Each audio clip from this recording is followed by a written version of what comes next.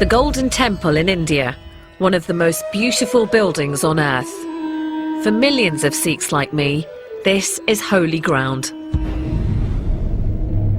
But just over 25 years ago, it was a bloody battlefield. Tanks stormed the complex to capture this man, Jarnail Singh Bhindranwale. To some, he was a defender of the Sikh faith. He was a great saint and great soldier. To others, he was a militant who'd terrorised for long enough. He may have started as a saint, but he didn't end as a saint, let me tell you that. It was Indira Gandhi who gave the order to capture Bhindranwale and began a chain of events that would lead to thousands of deaths, including her own. Many Sikhs call this their own 9/11. I'm going back to the madness of 1984 to find out why neighbours became enemies and how a sacred shrine became a killing ground. It was like firing at St Paul's Cathedral in London. This journey will lead me to victims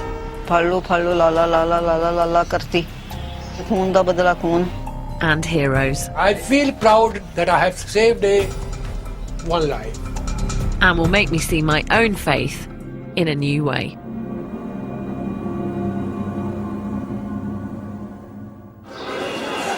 Justy? 10 years ago, I was visiting India with my family and we went to the Golden Temple. I was shooting a home movie, but then suddenly was overcome by the beauty and significance of the place. It was a truly spiritual moment. Oh, wow. So overwhelming, I had to stop filming.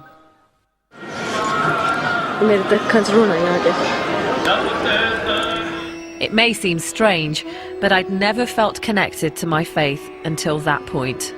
It was no longer a place I had to visit. It was a place I needed to visit. Violent clashes have broken out. I'm a presenter. I'm not a baptised Sikh, which means that I cut my hair and don't adhere to the religious dress code. But since that visit to the Golden Temple, I've wanted to learn more about the faith I was born into. Sonia Deol is in fact a stage name. I was born Jaswinder Kaur Sidhu, but going to a predominantly white school in Birmingham in the 80s, I remember feeling embarrassed by my traditional Punjabi-sounding name.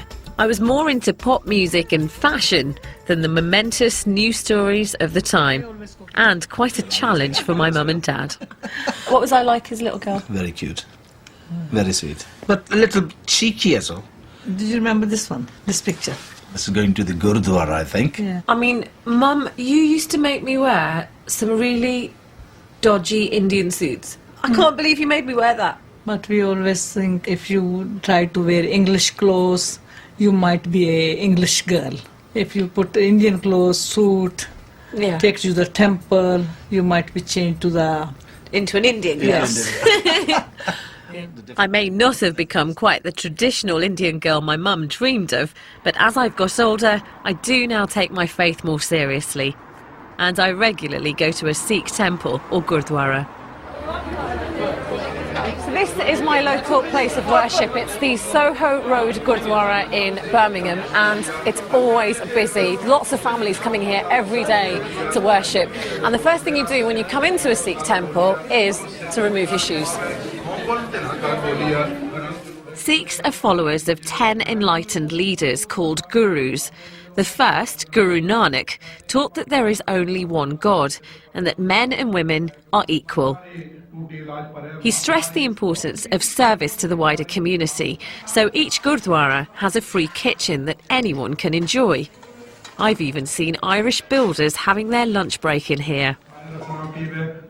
The focus of any Gurdwara is the Holy Scriptures, or Guru Granth Sahib. We believe that this is not a book, but the definitive words of the Gurus. I know I'm biased, but my experience is that Sikhs work hard, often unnoticed, for whatever community they're part of. That's why these scenes from 1984 are so shocking. The whole of the front of it has been knocked out. There's rubble piled everywhere. You can only go into one. Because the Golden Temple is the symbol of Sikhism, millions around the world saw the army action quite simply as an assault on their faith. I don't understand why this attack took place and the tragic events that followed afterwards. For me, I think this journey is going to be an emotional one, at times a painful one, and I know it's going to teach me something about my own identity as a Sikh and how I'm going to cope with that. I don't know.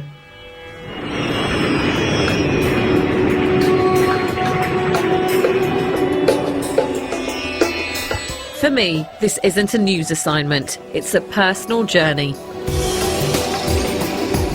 And it begins in the Punjab, in the northwest of India. This is where my family are from. And although I've only been here a few times, it feels good to be back. This isn't going to make sense to some people. I was born and brought up in England, and yet I feel such a sense of connection and a real sense of belonging every time I come here. Just looking out, it's a really warm feeling. I feel very blessed to have two cultures that I take so much from. To understand the events of 1984, I need to find out more about the man at the heart of the story, Jarnail Singh Bhindranwale. He was born in a violent year, 1947, the year of partition, when the Punjab was divided between India and the new nation of Pakistan. At the age of 13, Jarnail Singh was sent to a religious school in the Punjab countryside, and it was there that a dramatic transformation took place. I'm off now to the school to find out why this young boy turned into such a fiery, inspirational leader. The school, called the Dandami Taksal, is a deeply religious place. So I've changed out of my Western clothes into a traditional Punjabi outfit. I must admit to feeling rather nervous about being here. This is a strict male-dominated community, and they may not approve of a Sikh woman with cut hair like mine. The Taksal is the place to go if you want to become a priest or preacher. The boys have a strict daily regime of prayer, exercise, but most important of all, learning the scriptures by heart. Sarjeet Singh Sodhi was a teacher at the Taksal when Bhindranwale joined in the mid-1960s.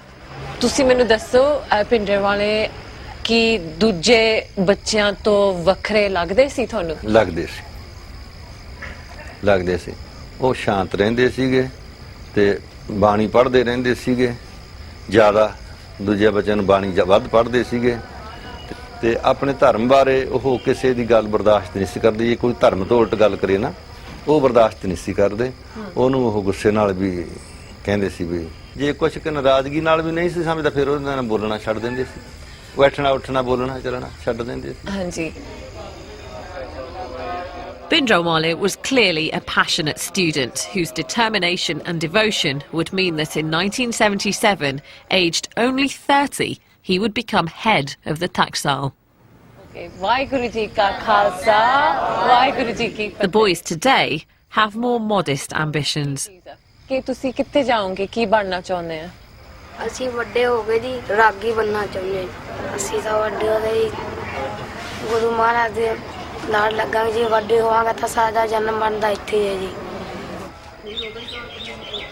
The Taksal has posed more questions than given answers.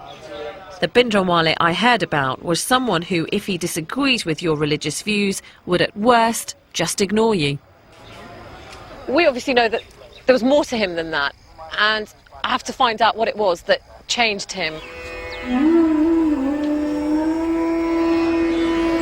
The answer has to lie in the politics of the time. The leading Sikh party were the Akali Dal, who campaigned for greater autonomy for the Punjab. Lined up against them were the Congress party, dominated by Indira Gandhi and her son Sanjay. Congress had always advocated a secular, united India, and the Gandhis feared that the Akali call for greater autonomy in fact meant a separate Sikh religious state. In 1977, Indira Gandhi asked Sanjay to find a way to break the Akali Dal influence in the Punjab. Sanjay looked for someone who could set up a rival faction. Of the list of 20 names he was given, the new leader of the Of the list of 20 names he was given, the new leader of the Taxal clearly had the greatest potential. Bhindranwale had become well known for urging village Sikhs to abstain from drink and drugs and not cut their hair. His Back to Sikh Basics campaign touched a nerve, and he was baptising young men and women in their hundreds. My guide to the complicated world of Indian politics is Sir Mark Tully, who for 22 years was the BBC's chief correspondent in India. Throughout 1984, his reports were a lifeline for British Indians, anxious for news. Bhindranwale was chosen in part because of his extreme religious views and because it was thought that compared with the rather tired, elderly leaders of the Akali Dal, compromised in various ways, here was a young guy who was, in fact, a devout and practicing Sikh.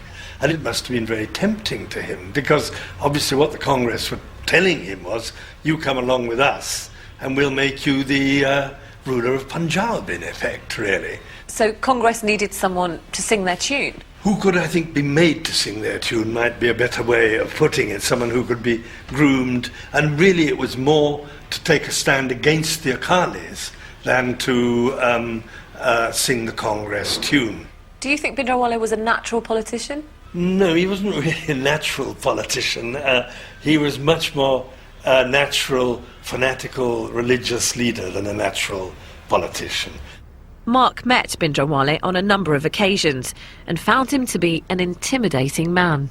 I remember one thing which happened to me when I was at a press conference, and being a bit of a fidgety sort of person, my foot almost, because we were all sitting on the floor, of course, almost touched his sword. And then Bhindranwale looked at me, and I really almost thought to myself, God, this sword's going to be used on me for this. He was a frightening figure, there's no doubt about that. Bhindranwale generates strong feelings. What some saw as frightening, others saw as inspiring. They believed he was merely upholding Sikh rights and fighting heresy. Some even hoped he'd bring about their dream of a Sikh state called Khalistan. But in the early 80s, Bhindranwale and his followers were repeatedly accused of intimidating and murdering their opponents. In September 1982, the owner of a newspaper chain critical of Bhindranwale was shot dead. Bhindranwale was suspected of masterminding the killing and arrested. What happened next was a turning point. Court proceedings began, but then to the surprise of many, he was released without charge. The government had arranged Bhindranwale's freedom, believing he was more used to them out of prison, campaigning against the Akali Dal party. He celebrated with a triumphant drive around Delhi. Bhindranwale was seen as a hero who had stood up to the government and won. He may have felt that he could now achieve greater support opposing the government than working with them. Mark Tully has his own theory why Bhindranwale turned against his Congress allies. During the raid to arrest Bhindranwale, the police accidentally or deliberately destroyed his most precious possessions. During the arrest, the police managed to burn every sermon that Bhindranwale had ever preached, because Bhindranwale had a secretary who used to write down every sermon that he preached. And thereafter, Bhindranwale would frequently, when attacking the government, say, "What can you say about someone who kills your children?" His children being his sermons. And this really does seem to have been something which went into him very sharply.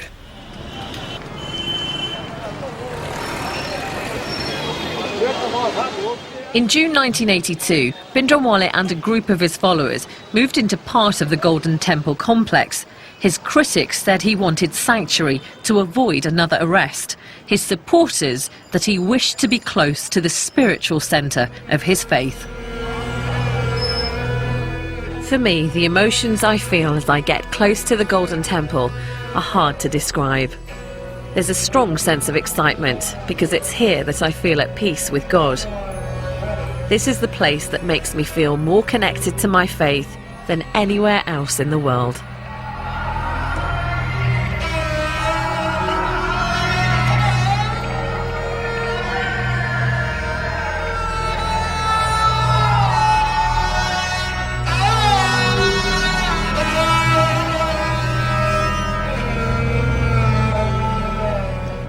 is the Golden Temple, or Darbar Sahib as Sikhs know it.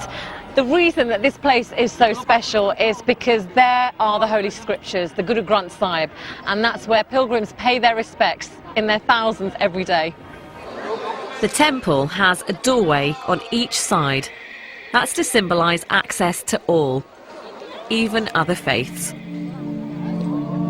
One of the first things I always do at the Golden Temple is to recite prayers from the Holy Scriptures.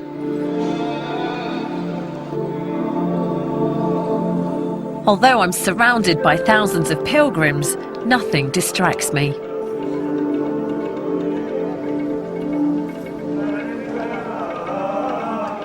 So how was this peace shattered? How did the 1984 attack happen? In the early 80s, the Punjab was caught in a spiral of violence, provoked mainly, it's alleged, by Bhindranwale's supporters stirring up communal hatred in their fight against the Hindu Raj. Sikhs and Hindus desecrated each other's temples. Buses were hijacked and the Hindu passengers separated from Sikhs and then shot. When the police searched for militants, there were often what they termed encounters, but what others called the killings of Sikhs. This merely strengthened Bhindranwale's cause. Meanwhile, his status grew. Pilgrims to Amritsar were leaving their offerings at Bhindranwale's feet rather than at the Golden Temple. Children were brought to him to be blessed. In November 1983, in a deeply symbolic move, he transferred his headquarters into the Akal Takht, the centre of Sikh political power. As far as the government was concerned, Bhindranwale was out of control. Rajiv Gandhi, now the rising star of the Congress Party after the death of his brother Sanjay, called for him to be expelled from the Golden Temple. Tell him to come and try, was Bhindranwale's reply. ਸਿੱਖ ਸ਼ਾਸਤਰ ਰੱਖ ਕੇ ਕਦੇ ਬੰਦਾ ਨਹੀਂ ਮਾਰਦਾ ਅਸੀਂ ਕਿਸੇ ਬੰਦੇ ਦੇ ਮਾਰੇ ਜਾਣ ਤੇ ਕਦੇ ਕਿਸੇ ਨੂੰ ਸਲਾਹਿਆ ਦੁਸ਼ਟ ਦੇ ਝਟਕਾਏ ਜਾਣ ਤੋਂ ਜ਼ਰੂਰ ਸਲਾਹੁੰਦੇ It was clear to journalists who visited the Akal Takht that Bhindranwale was getting ready for a fight. The scene was now set for a terrible and final showdown. On the 1st of June, a Sikh officer named Major General Brar arrived in Amritsar to coordinate the army plans to capture Bhindranwale. Still hopeful that some sort of settlement could be reached, Indira Gandhi made an appeal on the 2nd of June to the people of the Punjab. Don't shed blood, she said, shed hatred. It failed. The army received the order to proceed. As tanks and troops enclosed the complex, Brar instructed his soldiers not to fire on the Golden Temple or the Akal Takht without direct orders. A curfew was imposed and all journalists expelled from the city. The operation, codenamed Blue Star, had begun. It's quite clear to me that a siege of the temple has started. General Brar sent his commandos down these steps to start the assault on Bhindranwale and his men. But they were mown down by gunmen that were hiding on both sides of the walls. He then sent in a second wave of commandos, and this time they were successful. They got down the steps, but they faced fire from not only the buildings around here, but from underground as well. Bhindranwale's men suddenly appeared from manhole covers, firing their machine guns and then disappearing into the complex's many underground passages. The army had clearly underestimated their opponents. Gyani Puran Singh was a priest at the Golden Temple. He and the other priests weren't going to allow 500 years of prayer to be interrupted, not even by a full-scale battle. This makes him a key eyewitness to Operation Blue Star. He was in the Akal Takht when he saw Bhindranwale in action. ਜਿਸ ਵੇਲੇ ਯੁੱਧ ਹੁੰਦਾ ਪਿਆ ਸੀ ਤੇ ਆਪਣੇ ਹੱਥ ਨਾਲ ਉਹ ਮੇਖਜੀਨ ਭਰਦੇ ਸਨ ਤੇ ਭਰ ਕੇ ਢੇਰ ਲਾਈ ਜਾਂਦੇ ਤੇ ਰੰਚਕ ਮਾਤਰ ਉਹਨਾਂ ਦੇ ਚਿਹਰੇ ਉੱਤੇ ਜਿਸ ਵੇਲੇ ਯੁੱਧ ਹੁੰਦਾ ਪਿਆ ਸੀ ਤੇ ਆਪਣੇ ਹੱਥ ਨਾਲ ਉਹ ਮੇਖਜੀਨ ਭਰਦੇ ਸਨ ਤੇ ਭਰ ਕੇ ਢੇਰ ਲਾਈ ਜਾਂਦੇ ਤੇ ਰੰਚਕ ਮਾਤਰ ਉਹਨਾਂ ਦੇ ਚਿਹਰੇ ਉੱਤੇ ਉਦਾਸੀ ਨਹੀਂ ਸੀ ਇਹਦੇ पे ਪਤਾ ਹੁੰਦਾ ਮਨੁੱਖ ਨੂੰ ਵੀ ਮੇਰਾ ਕਰਕੇ ਜੋ ਕੁਝ ਹੋ ਰਿਹਾ। ਉਹ ਸਤਪੁਰਸ਼ ਸੀ, ਕੋਈ ਮਾੜਾ ਕਰਮ ਕਰਨ ਵਾਲੇ ਨਹੀਂ, ਉਹ ਡਾਕੂ ਥੋੜੇ ਸਨ। ਇਹ ਢਹਿ ਢੇਰੀ ਹੋ ਰਿਹਾ, ਦੁਨੀਆ ਮਰ ਰਹੀ ਹੈ ਮੇਰਾ ਕਰਕੇ, ਇਕੱਲੇ ਦੇ ਕਰਕੇ ਹੈ। ਪਰ ਉਹਦੇ ਮਨ ਤੇ ਕੋਈ ਅਸਰ ਨਹੀਂ ਸੀ, ਰੰਚਕ ਮਾਤਰ ਵੀ, ਤੇ ਉਹ ਹੱਸਦੇ ਸਨ। With losses mounting and the operation dragging on dangerously, the army faced another problem. An armoured personnel carrier sent in to get troops to the Agal Takht was hit by a rocket-propelled grenade. The army had no idea that Bhindranwale was so well equipped. General Brar decided on a dramatic new plan. He ordered tanks into the complex through this entrance. ਇਹ ਜਿਹੜੀ ਜਗ੍ਹਾ ਹੈ ਨਾ, ਹਾਂਜੀ, ਐ ਥਾਣੀ tank ਉਤਰੇ ਸਨ ਜਿਹੜੇ ਚਾਈਨਾ ਵਾਲੇ। ਇਹ ਜਿਹੜੀ ਹੈ ਇਹ ਬਿਲਕੁਲੋਂ ਪਲੇਨ ਹੋ ਚੁੱਕੀ ਸੀ। ਅੱਛਾ, ਹਾਂ, ਬਿਲਕੁਲ ਪੱਥਰ ਪੁੱਤਰ ਸਭ ਮਲ ਦਿੱਤੇ ਸਨ ਉਹਨਾਂ ਨੇ, ਤੇ ਪਲੇਨ ਹੋਈ ਐ ਥਾਣੀ ਵੱਡੇ ਟੈਂਕ ਇੱਧਰ ਦੀ ਉਤਰੇ ਆ, ਤੇ ਉਹ ਬਖਤਰਬੰਦ ਗੱਡੀ ਉਹ ਥਾਣੀ ਆਈ ਸੀ। ਤਾਂ ਟੈਂਕ ਇੱਥੋਂ ਤੁਸੀਂ ਦੇਖਿਓ ਸੀ? ਹਾਂਜੀ, ਆਹ ਸਾਰੇ ਉਤਰ ਕੇ ਐਂ ਦੀ ਆਏ ਥੱਲੇ, ਬਾਕੀ ਫਿਰ ਸਾਰੇ ਚਾਰ ਫੇਰੇ ਸਨ। ਇਹ ਤਾਂ ਪਰਮੇਸ਼ਰ ਨੂੰ ਹੀ ਪਤਾ ਇਹਦੇ ਬਾਅਦ, ਅਸੀਂ ਕਿੱਥੋਂ ਸੋਚਣਾ ਸੀ ਵੀ ਟੈਂਕ ਆਉਣਗੇ ਪਰਕਰਮਾ 'ਚ। The Agal Takht was all but destroyed in the tank barrage. It's believed that Bhindranwale was shot as he and other militants ran from the front of the building. At the height of the battle, there were 3 hours of hand-to-hand fighting. The battle at the Golden Temple has been hard-fought and costly. The government estimated that about 100 soldiers and 200 of Bhindranwale's men died during Operation Blue Star. Bhindranwale's body was hastily photographed and then cremated with the rest of the dead militants. 2 days after the operation ended, there were still pockets of resistance, as Major General Brar discovered as he gave an interview claiming that Bhindranwale had received assistance from abroad. From some of the weapons that we've captured, we can see clearly the identification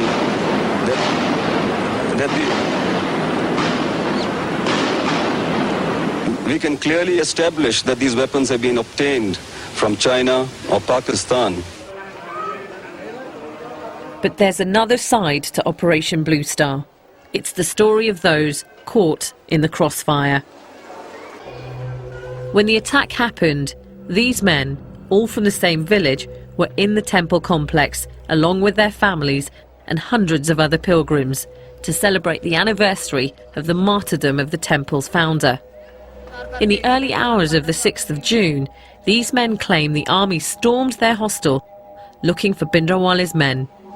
Grenade hit ਸਾਡੇ ਕਮਰੇ ਗਏ ਸ਼ੀਸ਼ੇ ਵਿੱਚ ਦੀ ਸ਼ੀਸ਼ੇ ਵਿੱਚ grenade. ਜਿਹੜੇ ਜੇ ਬੰਦੇ ਸਮਝ ਲੈ ਪਏ ਸੀ ਉਹ ਠੀਕ ਰਹੇ, ਜਿਹੜਾ ਬੰਦਾ ਬੈਠਾ ਸੀ ਬੱਚਾ ਸੀ, ਬੱਚਾ ਸੀ ਪੌਣੇ 2 ਸਾਲ ਦਾ, ਮਤਲਬ ਦੁੱਧ ਚੁੰਗਾਉਂਦੀ ਸੀ। ਜਦੋਂ ਦੁੱਧ ਚੁੰਗਦਾ ਤੇ ਉਹਦਾ ਗ੍ਰੇਨੇਡ ਨਾਲ ਸਾਰਾ ਪਾੜ ਗਿਆ, ਮੱਥਾ ਇੱਥਾ ਗਲ ਉੱਡ ਗਿਆ ਪਰੇ। ਤੁਹਾਡੇ ਸਾਹਮਣੇ? ਹਾਂਜੀ, ਸਾਹਮਣੇ ਵਿਚਾਲੇ ਬੈਠੇ ਸੀ ਸਾਡੇ। ਇੱਕ ਇਹਨਾਂ ਦੀ ਮੰਮੀ ਸੀ, ਇੱਕ ਮੇਰੇ ਘਰ ਵਾਲੀ ਸੀ, ਇੱਕ ਇਹਨਾਂ ਦੀ ਗੁੱਡੀ ਸੀ, ਤੇ ਇੱਕ ਬੰਦਾ ਅੰਮ੍ਰਿਤਸਰ ਜ਼ਿਲ੍ਹੇ ਦਾ, ਇਸੇ ਜ਼ਿਲ੍ਹੇ ਦਾ ਸੀ। ਉਹ ਚਾਰੇ ਉੱਥੇ ਮਤਲਬ ਮੌਕੇ ਤੇ ਹੀ ਮੌਤ ਹੋ ਗਈ। ਆਹ ਗੋਲੀ ਲੱਗੀ, ਆਹ ਗ੍ਰੇਨੇਡ ਦੇ ਟੁਕੜੇ ਵੱਜੇ ਇੱਧਰ ਦੀ, ਇਹ ਵੱਜਿਆ, ਆਹ ਇੱਥੋਂ ਦੇ ਟੁਕੜੇ, ਆ ਥੋੜੇ ਟੁਕੜੇ, ਆ ਇੱਥੋਂ ਦੇ, ਆ ਸਾਰੇ 24 ਰੌਣੇ ਵੱਜੇ ਜੀ ਬੱਚੇ ਦੇ। ਤੁਹਾਨੂੰ ਕੋਈ ਵੀ ਖਬਰ ਮਿਲੀ ਸੀ ਆਰਮੀ ਵੱਲੋਂ ਕਿ ਸੰਗਤ ਨਿਕਲ ਜਾਵੇ? ਨਹੀਂ, ਕੋਈ ਖਬਰ ਨਹੀਂ ਮਿਲੀ ਸਾਨੂੰ। ਖਬਰ ਤਾਂ ਜੇ ਮਤਲਬ ਮਿਲਦੀ ਉੱਥੇ ਮਰਨ ਨੂੰ ਕਿਹਦਾ ਜੀ ਕਰਦਾ ਵੀ ਅਸੀਂ ਇੱਥੇ ਮਰ ਜਾਈਏ। ਜਿਹੜੇ ਆਰਮੀ ਵਾਲੇ ਆ, ਜਨਰਲ ਬਰਾਰ, ਉਹ ਤਾਂ ਕਹਿੰਦੇ ਆ ਉਹਨਾਂ ਨੂੰ ਅਟੈਕ ਕਰਨਾ ਪਿਆ ਸੀ ਕਿਉਂਕਿ ਅੰਦਰ ਅਤਵਾਦੀ ਸੀ। ਅਸੀਂ ਤਾਂ ਕੀ ਸੋਚਦੇ ਸੀ, ਨਾ ਤਾਂ ਸਾਨੂੰ ਅਸੀਂ ਅਤਵਾਦੀ ਦੇਖਿਆ ਕੋਈ, ਨਾ ਅਸੀਂ ਭਿੰਡਰਾਲਾ ਦੇਖਿਆ, ਨਾ ਇਹਦੇ ਬਾਰੇ ਹੁਣ ਅਸੀਂ ਕੁਝ ਕੀ ਕਹਿ ਸਕਦੇ ਹਾਂ। ਅਸੀਂ ਤਾਂ ਆਪਣੀਆਂ ਜਾਨਾਂ ਦੀ ਸਿਰ ਬਣੀ ਦੀ ਵੀ ਆਪਦੀ ਜਾਨ ਬਚ। ਜਿਹੜੀ ਜਨਤਾ ਦਾ ਨੁਕਸਾਨ ਕਰਿਆ ਇਹ ਇਕੱਲੇ ਭਿੰਡਰਾਂ ਦੇ ਖਾਤਰ, ਫਿਰ ਇੰਨੀ ਪਬਲਿਕ ਦਾ ਤਾਂ ਕੋਈ ਫਾਇਦਾ ਹਾਸਲ ਨਹੀਂ ਦੀ। It's hard to get any accurate figures of how many pilgrims died. Maybe it's better not to know. This has been a hard day, talking to the eyewitnesses and picturing the battle in this sacred place. But now I need to hear an account of Operation Blue Star from a very different perspective.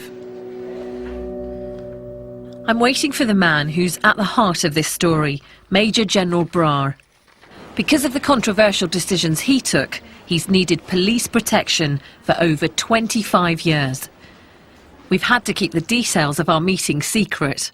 I've done many interviews in my career, but none have felt quite so personal.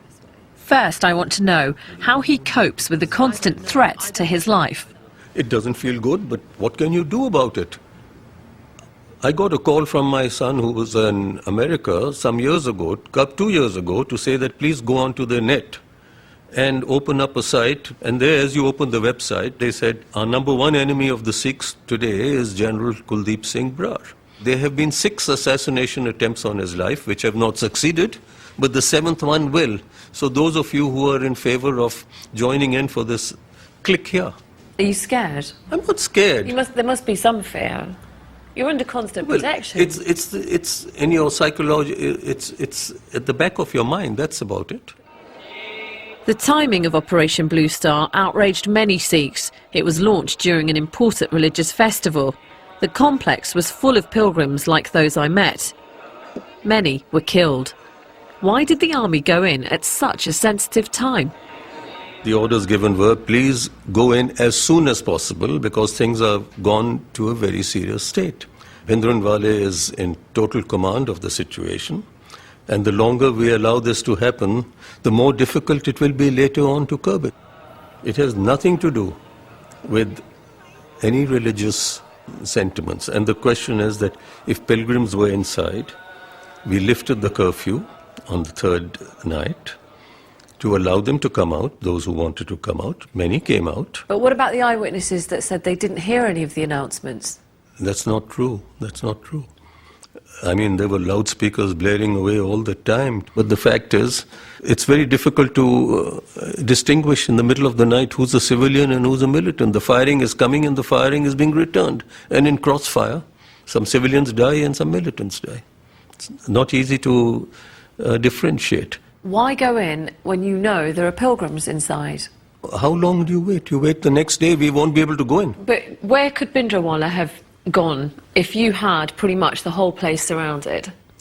No, it was not only a question of having the whole place surrounded. We would get surrounded in the next 24 hours. After all, how long can you keep this away from this news from travelling to the hinterland of Punjab? You'd have had thousands and millions of Sikhs with spears, guns, everything rushing to Amritsar, and that would be a very sad situation for a man in uniform. So you went in at that point for the safety of your own army?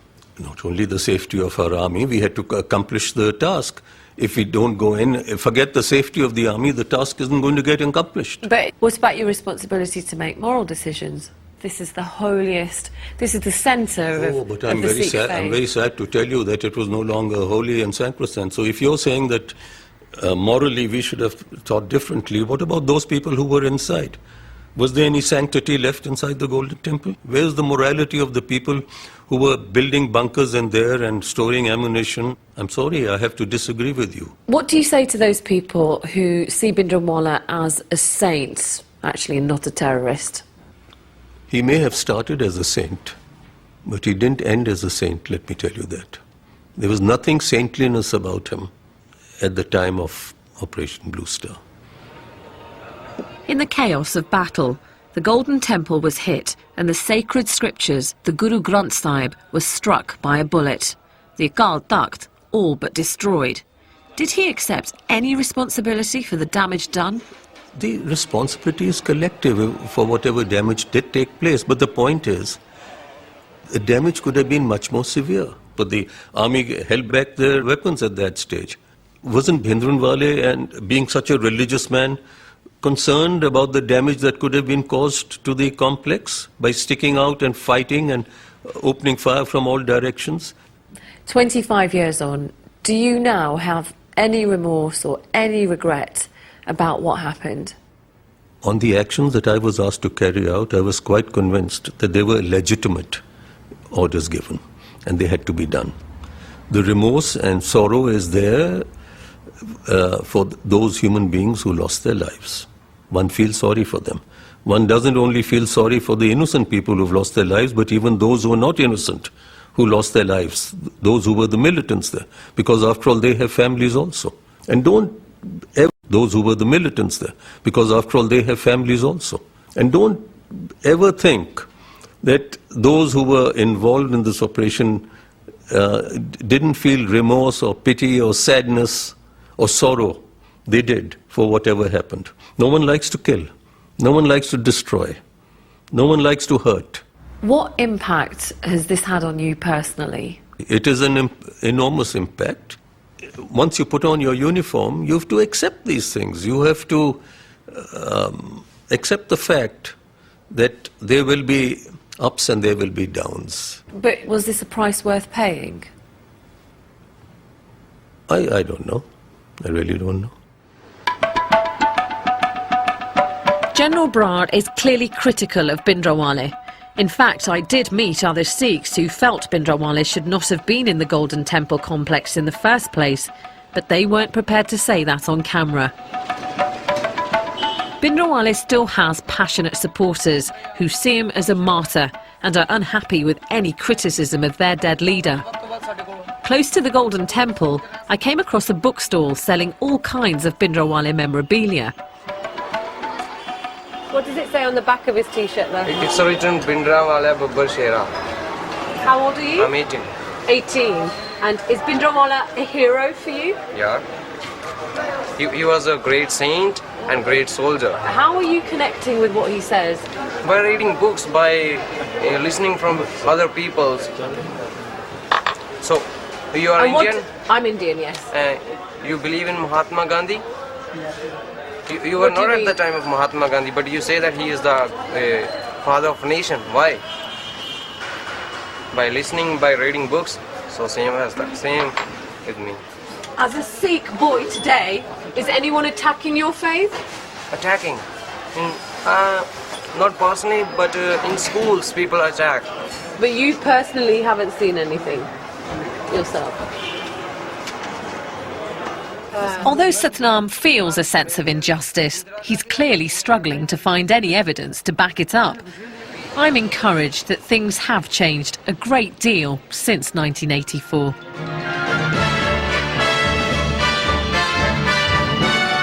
Swords of protest in London. The Sikhs show their anger over Amritsar.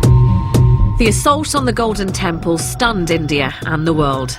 In Britain, there were large demonstrations denouncing Mrs. Gandhi. Several effigies of the Indian Prime Minister attracted the full force of the demonstrators' fury.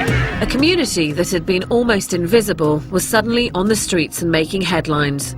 I have vague memories of seeing these scenes as an 11-year-old. Then they confused me. Now I understand them. In Amritsar, the military action may have ended, but the tragic story of 1984 was far from over. A few weeks after Operation Blue Star, a policeman called Beyant Singh brought his family to the Golden Temple, and he was so shocked by what he saw that he became withdrawn and more devout. The significance of this is that Beyant Singh was Indira Gandhi's personal bodyguard. Beyant Singh had travelled with the Prime Minister around the world and was one of the most trusted members of her security team. But the events of June so outraged him that he began to plan Indira Gandhi's assassination. Although his superiors knew nothing of the plot, they were still nervous about having Sikhs so close to the Prime Minister, so they were moved from her protection team. Mrs. Gandhi strongly opposed the change, and so Sikh guards remained on duty. Do you now fear for your own personal safety? Well, I've lived with danger all my life, and I think I've had a pretty full life, and it makes no difference whether you die in bed or you die standing up.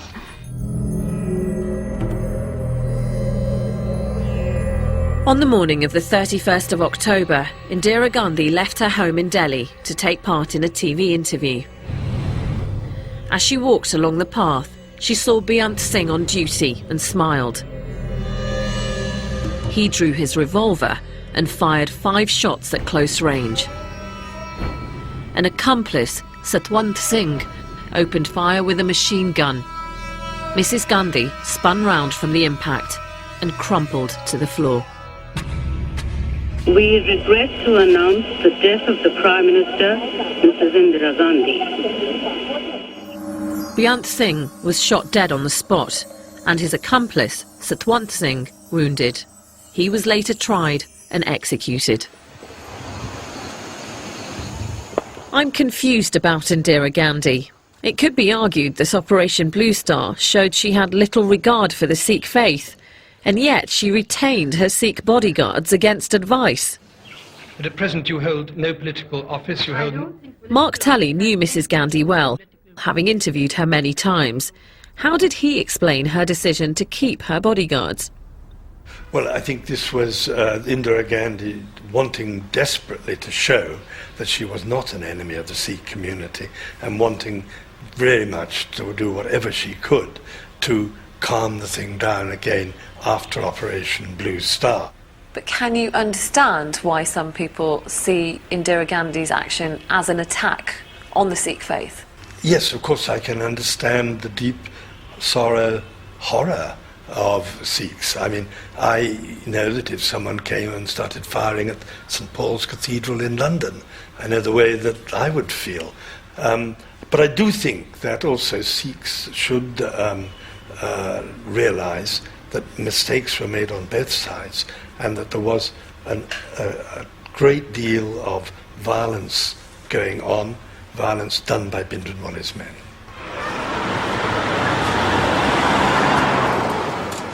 In 1948, when Mahatma Gandhi was assassinated, India was stunned. But the fact that the killer was one of their own meant there wasn't a violent reaction from Hindus. But in '84, when the news quickly emerged that Indira Gandhi's killers were Sikh, the world held its breath. How would Hindus now respond? As Mrs Gandhi lay dead in a Delhi hospital, a married couple called Gurmej Singh and Mahinder Kaur set off by train from the Punjab with their baby daughter to start a new life in Mumbai. They carried with them all their possessions and ambitious hopes for the future. They had no idea that Mrs Gandhi had been assassinated and were heading straight for trouble. Train te jadon tusi chade si bahut khush hone bahut khush sige ਉੱਥੇ ਅੰਮ੍ਰਿਤਸਰ ਸਾਨੂੰ ਸਾਡੇ ਰਿਸ਼ਤੇਦਾਰ ਵੀ ਮਿਲ ਗਏ ਬੜੇ ਖੁਸ਼-ਖੁਸ਼ ਅਸੀਂ ਕਿ railway 'ਚ ਬੈਠੇ ਤੇ ਰਸਤੇ ਦੇ ਵਿੱਚ ਦੇਸ਼ ਪਲਟ ਗਿਆ ਆ ਫੋਟੋ ਆ ਮੇਰਾ ਹਸਬੈਂਡ ਟ੍ਰੇਨ ਤੋਂ ਚੜ੍ਹਨ ਤੇ ਇੱਕ ਦਿਨ ਪਹਿਲਾਂ 31 ਅਕਤੂਬਰ ਨੂੰ ਖਿੱਚੀ ਗਈ ਸੀ ਬਹੁਤ ਹੀ ਚੰਗੇ ਸੀ ਹਸਬੈਂਡ ਮੇਰੇ ਮੈਂ ਉਹਨਾਂ ਦੀ ਸਿਫਤ ਕਰ ਹੀ ਨਹੀਂ ਸਕਦੀ ਕਿ ਇੰਨਾ ਚੰਗੇ ਲੱਗਦੇ ਸੀ ਮੈਨੂੰ After 7 hours, the train stopped at a station outside Delhi. Suddenly, a mob surrounded them and surged into the carriage. Follow follow ਲਾਲਾ ਲਾਲਾ ਲਾਲਾ ਲਾਲਾ ਕਰਤੀ ਕੀ ਕਹਿੰਦੇ ਸੀ ਵੀ ਸਿੱਖਾਂ ਨੇ ਸਾਡੀ ਮਾਂ ਮਾਰਤੀ ਹੈ ਖੂਨ ਦਾ ਬਦਲਾ ਖੂਨ ਇਹਨਾਂ ਨੇ ਪਗੜੀ ਵੱਧੀ ਸੀਗੀ ਸਿੱਖ ਸੀਗੇ ਤੇ ਸੀਟ ਤੇ ਬਸ ਬੈਠਿਆਂ ਦੇ ਉਹਨਾਂ ਨੇ ਸਰੀਆ ਮਾਰਿਆ ਸਿਰ 'ਚ ਖੂਨ ਵਗਣ ਲੱਗ ਗਿਆ ਸਿਰ ਦੇ ਵਿੱਚੋਂ ਖੂਨ ਜਾਣ ਲੱਗ ਗਿਆ ਕਹਿੰਦਾ ਵੀ ਮੈਂ ਤੇ ਮਹਿੰਦਰ ਕੋਲ ਹੁਣ ਤੇਰੇ ਨਾਲ ਕੋਈ ਘਰ ਦੀ ਗੱਲ ਨਹੀਂ ਕੀਤੀ ਤੇ ਪਰ ਬਚਣਾ ਨਹੀਂ ਮੈਂ ਹੈਗਾ ਅਸੀਂ ਵੜ ਕੇ ਜਿੱਥੇ ਆਪਣੀ ਸੀਟਾਂ ਨੇ ਗੱਡੀ ਦੀ ਸੀਟ ਦੇ ਥੱਲੇ ਲੰਮਾ ਪਾਇਆ ਉਹ ਬਾਅਦ 'ਚ ਫਿਰ ਸਮਾਨ ਲੁੱਟਣ ਆਏ ਆ ਤੇ ਉਹਨਾਂ ਨੇ ਫਿਰ ਲੈ ਗਏ ਸਾਡੇ ਕੋਲ ਖੋਹ ਕੇ ਲੈ ਗਏ ਅਸੀਂ ਖੋਹਨੇ ਆ ਵੀ ਅਸੀਂ ਰੋਂਦੇ ਆ ਖਪਦੇ ਆ ਖੋਹਨੇ ਆ ਵੀ ਨਹੀਂ ਅਸੀਂ ਦੇਣਾ One Sikh mother in Mahinder's carriage saved her son's life by quickly tying his long hair into plaits so the mob would think that he was a girl. But the mob were not fooled by Mahinder's attempts to hide Gurmej between the seats. They dragged him onto the platform. ਉੱਪਰ ਲੰਮੇ ਪੈਂਦੇ ਪਏ ਨਹੀਂ ਦੇਣਾ ਹੈਗਾ ਸਾਡੇ ਕੋਲ ਲੈ ਗਏ ਨਹੀਂ ਦੂਰ ਅਸੀਂ ਜਲਦੀ ਵੇਖੇ ਨੇ ਤੇ ਫਿਰ ਜਲਦੀ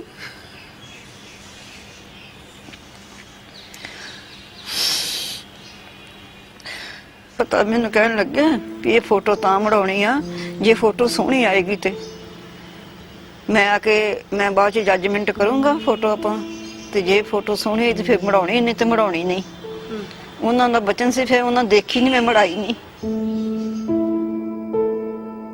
It's been a difficult time for Mahinder.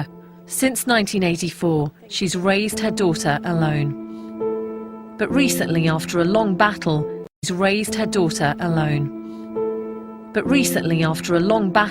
she received some compensation from the government for Gurmej's death.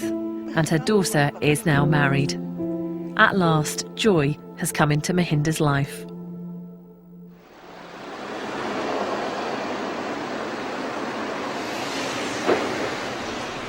Can you just tell us where we're going? To try and understand how the terrible violence began, I'm with Ashok Vahi, a news photographer based in New Delhi. In 1984, he was at the hospital where Indira Gandhi was taken to get shots of the crowd outside. But then he came across a very different story. Firstly, it was not allowed to go inside the hospital. Then one of the hospital security has come. He knows me. Then he said, hey, listen, you can have a very good picture that some of the Sikh boys, young boys, are inside the casualty. Emergency. I went inside, immediately I made my camera and took one, two shot took. What Ashok had discovered was a group of terrified young men, beaten and robbed of their turbans. News had got out that Mrs. Gandhi's killers were Sikhs, and a mob was out for revenge. Is that blood on his shirt? Yeah, that is blood.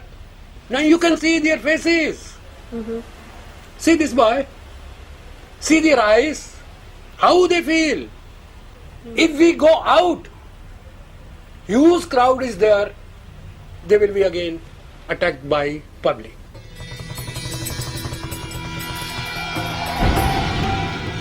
As the rioting spread across Delhi, a friend who just arrived by train from the Punjab called Ashok and told him to get to the station as soon as possible. What Ashok saw there appalled him. No longer just beating, the mobs were now killing. The picture he took was printed in newspapers around the world. I've just spoken, Ashok, to a woman who lost her husband on a train coming in from Punjab. Her husband was dragged from the train. Yeah. This could be the train. Yeah. As a Hindu, seeing all of this happening for the first time in your life. Yeah, that is the first time in my life. How did that make you feel?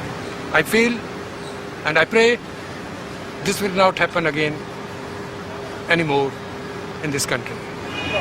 But then Ashok went from observing the drama to being part of it. On the evening of the 1st of November, a Sikh friend called Narinder Singh Barnala came to Ashok, too terrified to go home. He realised that the only option was to hide his friend in his tiny dark room. Yeah, in the night we put some newspapers. You just put some newspapers for him to sleep on? Yeah. It's very small, but whether it is a big or whether it is a small, we have to manage, we have to save his life. So how long did you keep him in this very tiny space for? 2 days. Did you have any moments where you nearly got caught out? Yeah, it was one or two times there was a chances when the mob came outside my office and they are trying to burn one Sikh shop here. What would have happened if somebody had found out? Can be shot dead. He can be beaten like anything because people are very scared. So standing in this space after 25 years, how does it make you feel talking about this? I feel proud of me that I have saved one life. I have saved my friend's life. I'm proud of me. I'm proud of you. Thank you. Thank you. Thankfully, Ashok was one of many Hindus whose first thought was to protect Sikh friends and neighbours.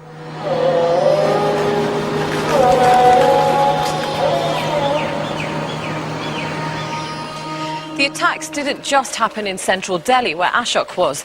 The mobs wanted to kill in greater numbers, so they headed to the outskirts of Delhi, areas like Trilokpuri and Mongolpuri. That's where the Sikh communities lived. Almost every family has a story of murder, burning and beating. He was burned alive in the garage along with the car. At their local Gurdwara, I met 3 men who'd all lost loved ones. Inside is a painting depicting the horrors of the mob violence. The local Sikh community had described their ordeal to a painter, and slowly a macabre picture was created.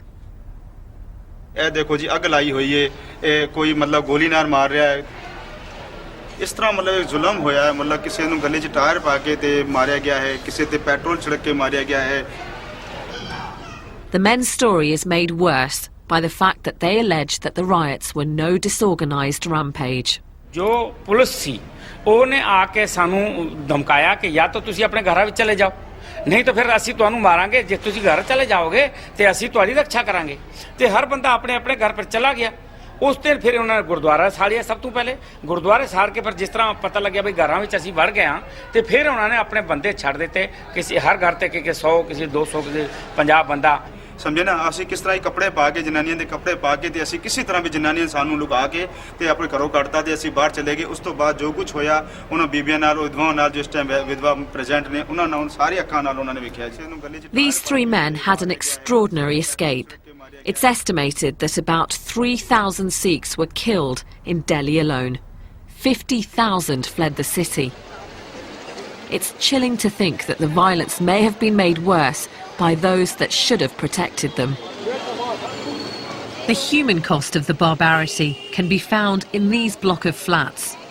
Here, women who lost husbands and sons were resettled in what's become known as the widow's colony. For them, what they saw just over 25 years ago is still raw and deeply painful. हम तो दोषी नहीं हुए ना पर गरीब मार कर दी 3 बेटे मार दिए वाला मार दिया पोता मर गया हमारे घर में मरते तो ना गया ना आप बताएं आपके परिवार पर क्या बीती गई क्या हुआ था मेरे 4 लड़के 4 लड़कों को मेरे को जला दिया मट्टी का तेल दुनिया के कमरे में निकलते रहे वो घेर घेर के जलाते रहे टायर भी लगा दिया बीच में दोनों के और आग लगा दी हाय मम्मी हाय पापा हाय मम्मी हाय पापा कर रहे और हम उधर रो रहे आपने देखा अपनी आंखों से देखा ये मेरा लड़का मुंडा पड़ा सोटी से मारा लाठी से ऐसा सो रहा लड़का हमारा दिन भर दिन आपकी जिंदगी आसान होती है कि नहीं जब हम हमारा अंतकाल होएगा ना ये दुख तो तभी भूलने वाला बेटा जिंदगी में तो भूलने वाला ही नहीं ये तो नहीं भूल सकते I didn't realise it was going to get tougher this journey. Talking to families who have lost several generations, sons, husbands, grandfathers, and all in the name of religion, it makes me feel sick to the stomach. I was just sitting there thinking, for me personally, my dad is my rock. I can't imagine my life without a father figure, without my dad. I can't imagine my life without my dad. And they've lost all their male figures in their family, and that's really hit me more than anything.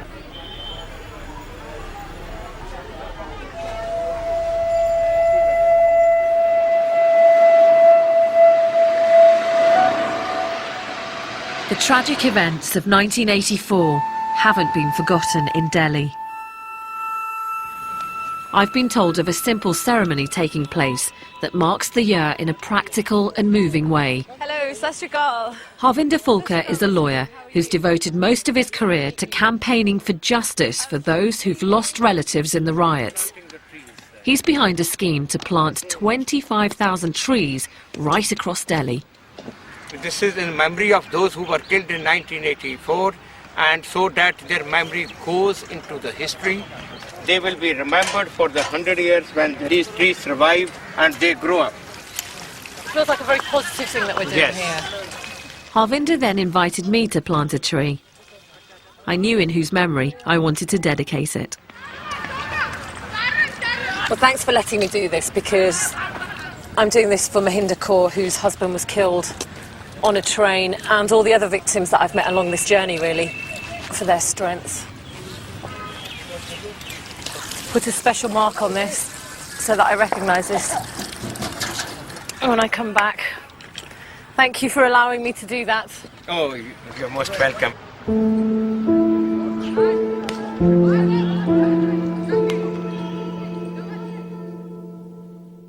One group had tried to take refuge in their temple. One group had tried to take refuge in their temple. It was set on fire, their bodies dumped in a ditch.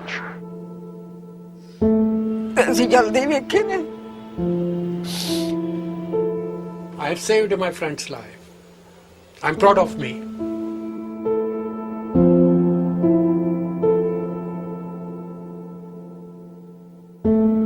Although Harvinder's fight for justice and a proper inquiry into the Delhi violence continues, India today feels a more integrated nation.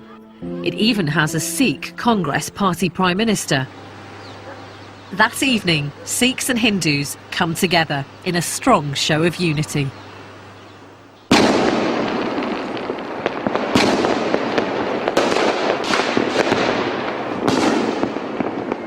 Pretty painful journey for me so far, but what's fantastic about this moment is that it's the festival of Diwali, which is the festival of light, celebrating the victory of good over evil, light over dark. All across Delhi, people were celebrating with the usual Indian disregard for health and safety. How much money have you spent on the fireworks? 2,000 rupees. Yeah? 10,000 rupees. This was the first party I came across, and to say that after 2 days of reflecting on mob violence it came as a relief would be an understatement. Who's going to share this with me? 2 families, one Hindu, one Sikh, enjoying the same festival. Politics and religion irrelevant. This is just one street.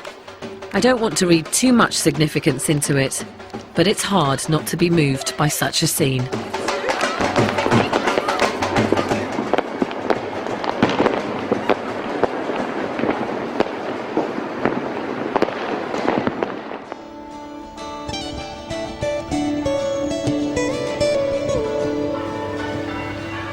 I've returned home to Britain to explore the importance of 84 to Sikhs here and to make some decisions of my own.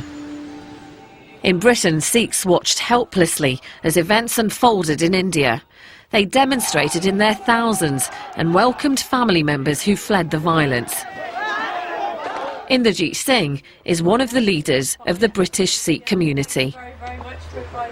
We protested, we wrote letters, we placed adverts in the daily newspapers. We did everything we could. It was reacting to the outrage that Sikhs wanted to demonstrate to the world. We are a minority. Please look at what's happening to our community. People came from all over the country, placards criticizing the Indian government and drawing attention to the wider world about what was happening. It was a very emotional affair. Over the course of time, what happened to that anger? Has it calmed down? Has it got stronger? Oh, none of us can be angry for too long. We do calm down, but sometimes the hurt remains. And in India, in this country, the hurt remained. But Inderjeet believes that despite the hurt, British Sikhs have moved on and discovered a renewed interest in their faith.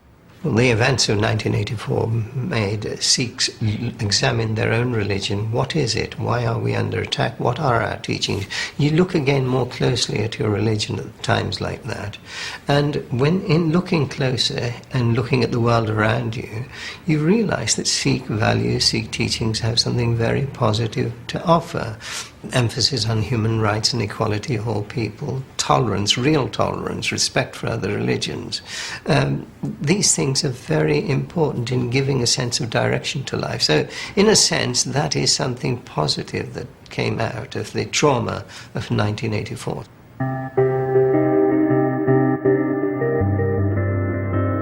As I near the end of my journey, my head is in a whirl. My questions are now more personal than political. Learning about 1984 has affected me deeply. But what should I do now? Should I be making changes to my life? I'm heading north to meet a young woman who I hope can give me some clarity. 1984 has played a huge part in Ravinder Kaur's life. I find her at the Gatka martial arts class in Doncaster that she runs with her husband. This is Gatka in full swing. They wanted to take the anger they felt at the events of 25 years ago and channel it into something positive. Gatka is, as much as it is martial, is very spiritual as well.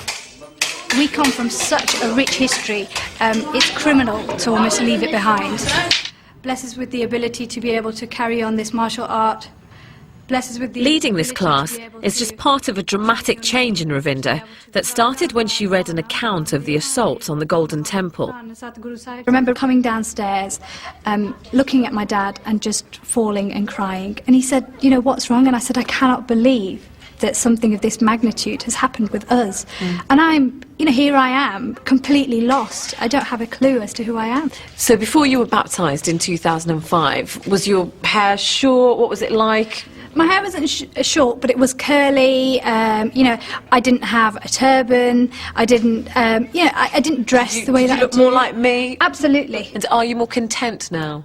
Prior to 2005, I'd walk with my hunched shoulders, you know, down the street. And I was almost, to be honest, I was just another brown face in the crowd. To me, that's what I was. Now I walk with a presence, and that presence is only there, I can say, absolutely, most definitely, it's only there because of my turban. I admire Ravinda Kaur for the changes she's made, especially her decision to wear a turban. And I keep thinking of all the people I was told about who were attacked or killed because they wore a turban. I've realised for the first time quite how important it is for a Sikh to be identified as a Sikh. And that's made me question how I look and practice my faith. If I'm honest, I'm a Sikh who's bending the rules to suit herself. I'm avoiding the tougher decisions. And even though I feel guilty, becoming baptised would be a huge challenge. Never being able to cut my hair would be very difficult for me to follow, especially as a woman living in the West doing the job that I do. I don't know whether I will ever get to that point. Who knows? At the moment, I'm still travelling on that path. Not quite there yet. But I've experienced something I never thought would happen. For the first time, I actually feel connected to my full Sikh name. After going on this journey, that's the one significant change that I have really, really felt.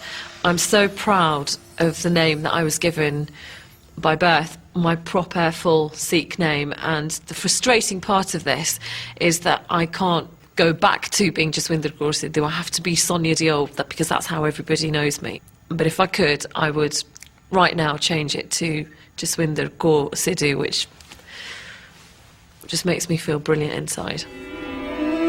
As for the events of 1984, the attack on the Golden Temple should never have happened. It was ill thought out, and the repercussions were devastating. I used to think 84 was all about politics. Now I think it's about innocent people and the high price they've had to pay.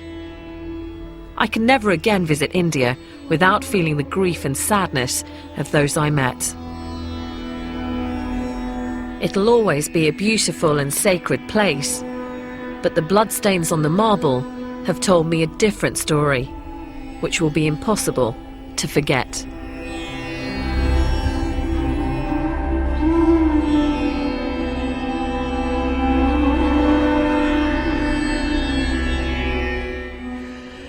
You can join Sonia Deol on the BBC Asian Network for discussion, music and interviews, Friday afternoons from 1.